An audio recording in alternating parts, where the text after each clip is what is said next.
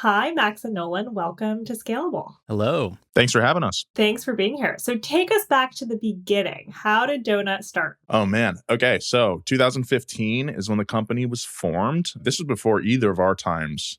But it started out as more like an ad house. So, we'd get contracts from companies, mostly automotive, like Gum Out or Nissan, NOS Energy. And we would make commercials that would live on their social channels usually. This was when everybody wanted a viral video, like as a form of marketing. In that 2015, it was before YouTube became a really big platform where it was creator driven. It was very much like companies trying to make cool viral things happen. We were fully invested in that. But at the time, our CEO, Matt Levin, recognized that there would be a bit of a shift from like a company driven to creator driven kind of scene or ecosystem on YouTube. In 2017, we started experimenting with YouTube donut brand exclusive videos on the channel. We tried vlogs at first, and then we started doing a weekly show called Up to Speed. That first video on the Nissan GTR, it was a big success on Facebook especially, and then started giving some momentum to our YouTube channel. And it's like, okay, let's do this every week now. And then we started adding other shows into the rotation, and weekly cadence for all of our uploads and having multiple shows was something that not a lot of other channels could do, just because by virtue of Donut being a media company with a staff of around 10 people at that time. And our momentum was just insane. And that's how we really grew. And at that time too, I think a big ref for us was like what Vox was doing, what Bon Appetit were doing. The idea was to be like the car YouTube channel at a time when there really wasn't a definitive car brand on the internet. I think a lot of legacy automotive brands like Motor Trend and to some extent some of the TV shows that you'd see, that was kind of like the mainstay for car media. And we were a bit of a response to that. Was there a moment where you felt like you had made it? I remember fast forwarding a bit when 2020 with COVID and the quarantine happening, we didn't actually miss a week of uploads there. We were able to order equipment so we could shoot all the videos at home and then send the footage to editors and stuff and keep the cadence going. But, we were then working from home, shooting from home, not going to a lot of car meets or any sort of events like that. And then coming out of COVID and, when things were starting to open up again, our channel in that time over that year from 2020 to 2021, we had doubled in size, I think, from 2 million to 4 million subscribers. And I remember distinctly feeling I feel like way more people are I'm getting recognized way more. And I'm seeing more donut merchandise out in the wild, more bumper stickers. And we were just a lot more famous. It was a weird feeling. You also just got signed by CAA in September, right? That is another sign of real legitimacy. One of the things that you brought up there is that you were posting videos weekly. Tell us a little bit more about that, because I think, keeping on going and staying consistent in this business is a challenge that a lot of creators and media companies have. I know we think about that all the time too. What is your strategy there? A big part of that is just having a team structure. And unlike a lot of other YouTube creators, which start as creators and then they turn themselves into a business, Donut was always a business first. And so we had the infrastructure to say okay, we've got a creative director, and then there's showrunners, and then there's hosts, and having the hosts have a lot of ownership about the type of content that they're in is also a big part of it. Especially when 2018, 2019 or so, when we were really just building the momentum of our channel, the hosts were very much writing and conceptualizing and pitching and doing all the work on their shows. So Nolan, for example, was writing like crazy, and he was hosting, and it was just a lot of busyness, but there were a lot of people who were able to contribute to the whole process. Yeah, I definitely have a lot of sympathy for the creators out there that are still writing, shooting themselves, editing themselves, uploading themselves like that. I don't think I could do that. Well, disclosure, we are also signed by CA, so we're cousins, right? There you go. But there are obviously so many options now to build a business via social media, right? Your business has expanded, to live events, merchandise, podcasts, like you mentioned, so many things. So how do you make decisions about what to launch and what makes sense? For me, how I think of it is how do we marry our interests and our desires for what we want to create with what we think our audience will like. There's definitely been times where we've forgotten a little bit about the audience and seen the performance reflected in that when it comes time to release. It's like, oh, you know what? That was really more for us. It didn't really hit that mark with our audience. And something that you got to like remind yourself over and over again as a creator is like, who is your audience? Like, who are you making your videos for?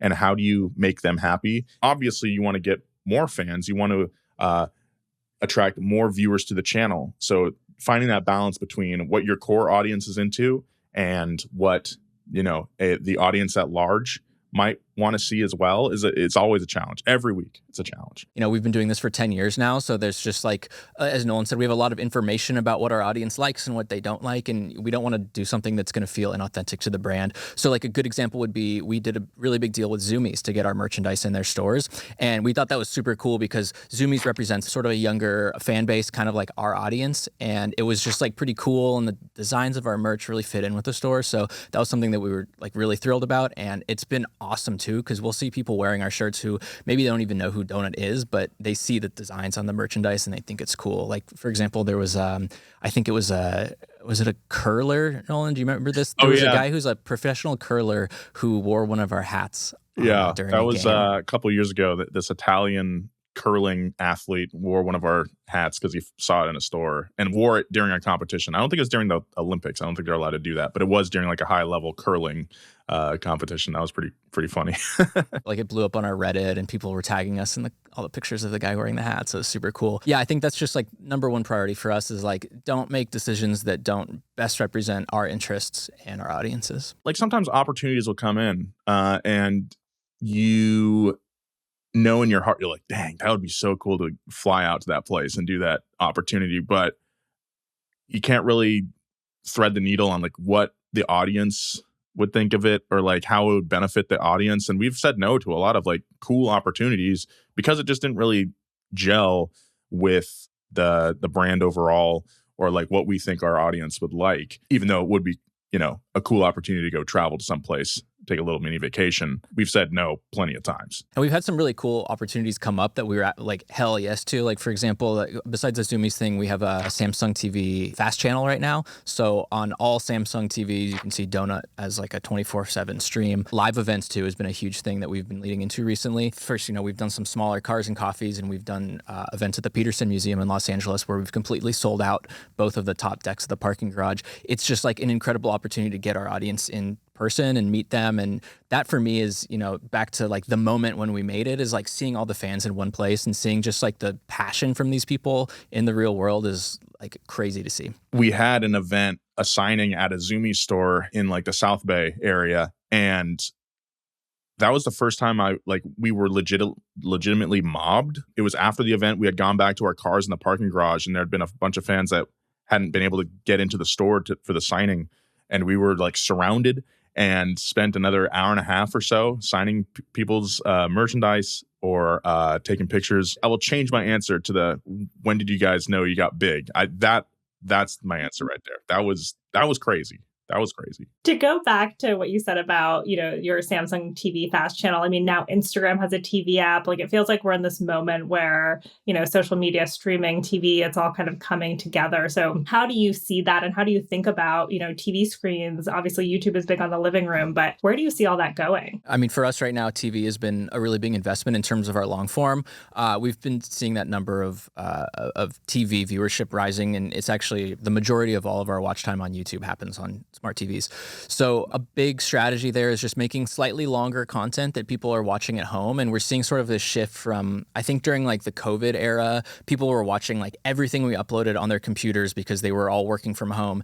And kind of post-COVID, it switched to phones. People were more interested in like, they're just kind of like on their mobile devices. And now YouTube, I think just because the quality has gone up and people have a lot more trust for YouTube creators in general, is I believe the number one streaming platform above Netflix now. And so, yeah, we're definitely taking advantage of that because I think we're able to make pretty high quality content that people do enjoy watching on TV for longer periods of time. Yeah, I think there's a balance on YouTube specifically for the TV watch time, like the length of the videos and stuff. I'm sure you guys can probably relate, but you'll be on YouTube and scrolling through and seeing like a 25 or 30 minute video for a topic that you're into, but maybe you know enough about the topic to be like, I don't see how you're going to make an interesting 30-minute video on this topic. You know, it's like respecting the audience's time, I think, is still very much an important factor in creation. You know, I know, again, if I see a super long video, I'm like, I don't know if I have the time for that right now. It just depends on, I guess, when I'm viewing it. I'll indulge in a 45-minute YouTube video, but I still think like a 12 to 15 is really our sweet spot to be still dynamic, but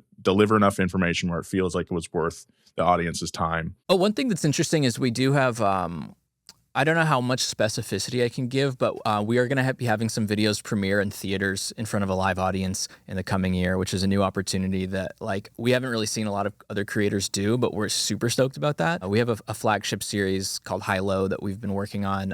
This has been on the channel for several years. It's our #1 performing series where we build 2 identical cars. One gets cheap parts and one gets expensive parts. And so we have a new season of High Low that we're shooting right now, and that will have a live premiere, which is something we've done a little bit of in the past, but not too heavy. So we're going to be leading into that a little bit more this year. It also feels like we're kind of going full circle though, right? I mean, we went from TV screens to laptops to mobile phones and now back to TV screens. But, you know, one of the reasons the platforms are leaning so heavily into the living room screen is because they want to expand and diversify their audiences. Have you seen any evidence of that in your work, or has it helped you to sort of diversify to maybe different age groups, demographic groups, that kind of thing? Generally speaking, 80% of our viewers are under 35.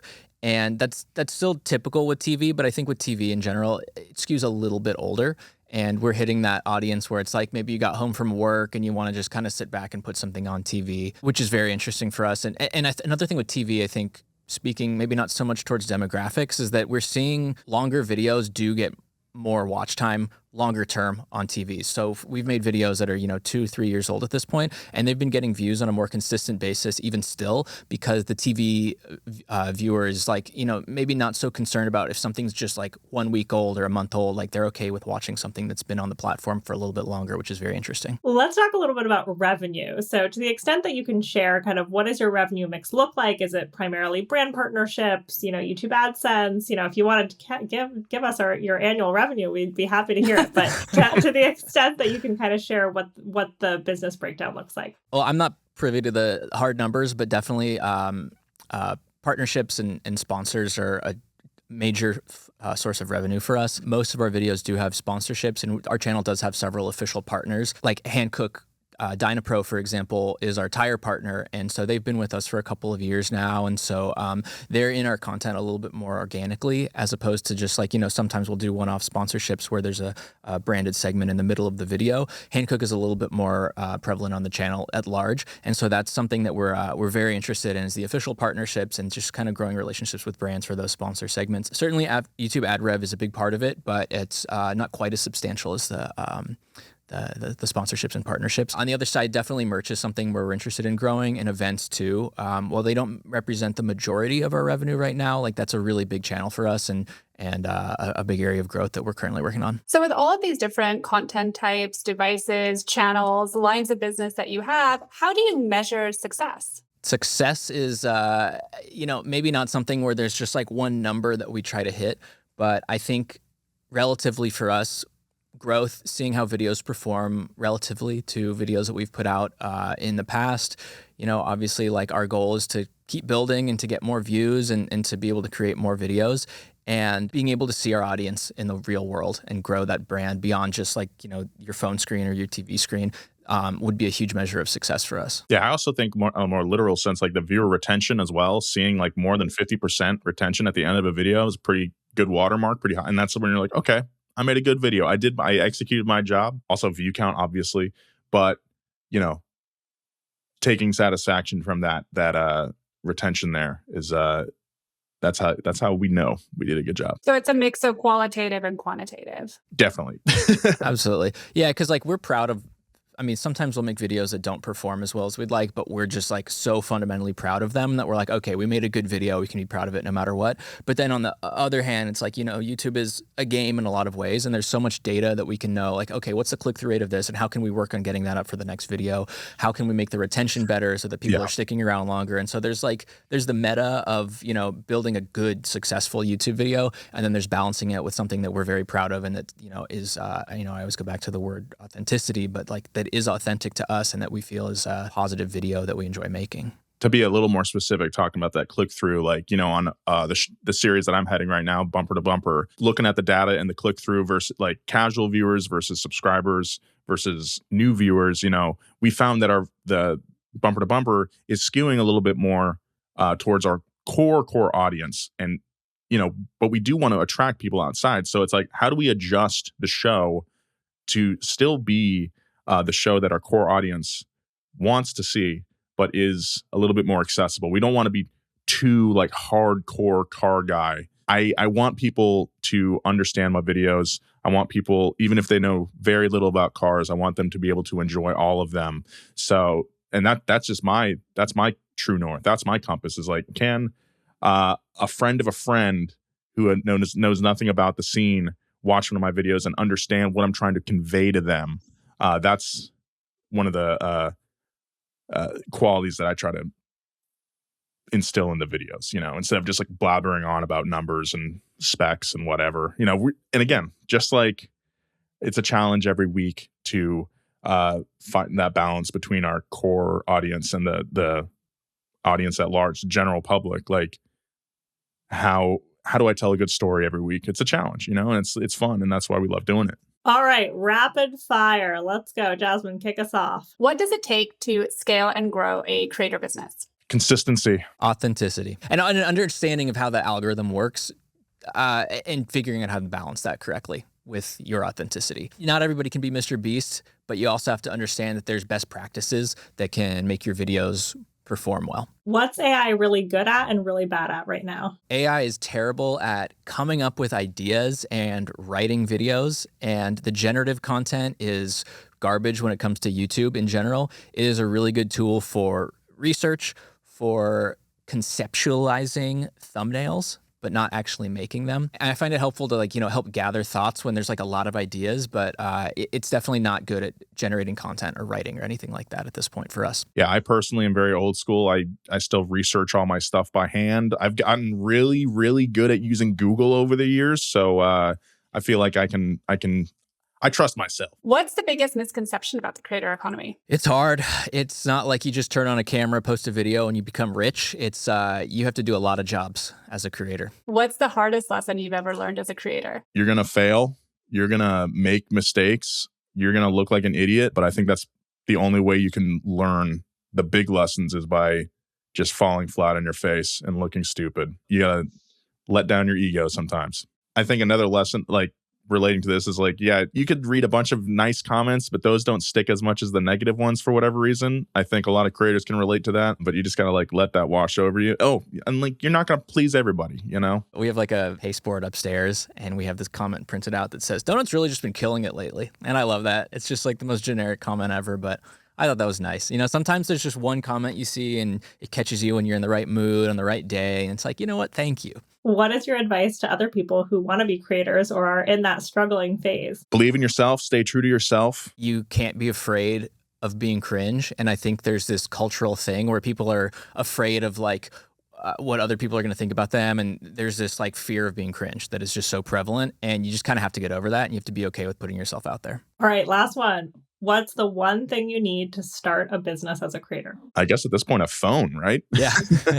A good idea. Ooh, nice answer, Max. Nice. You can have a great thumbnail. You can be the best presenter in the world. You can have like great edits, but if you don't have a good idea, then nobody's going to pay attention to you. Well said. I agree. Well said. Thank you so much for this. Yeah, we're happy to be here. Thank you so much for having us on. Thanks for having us.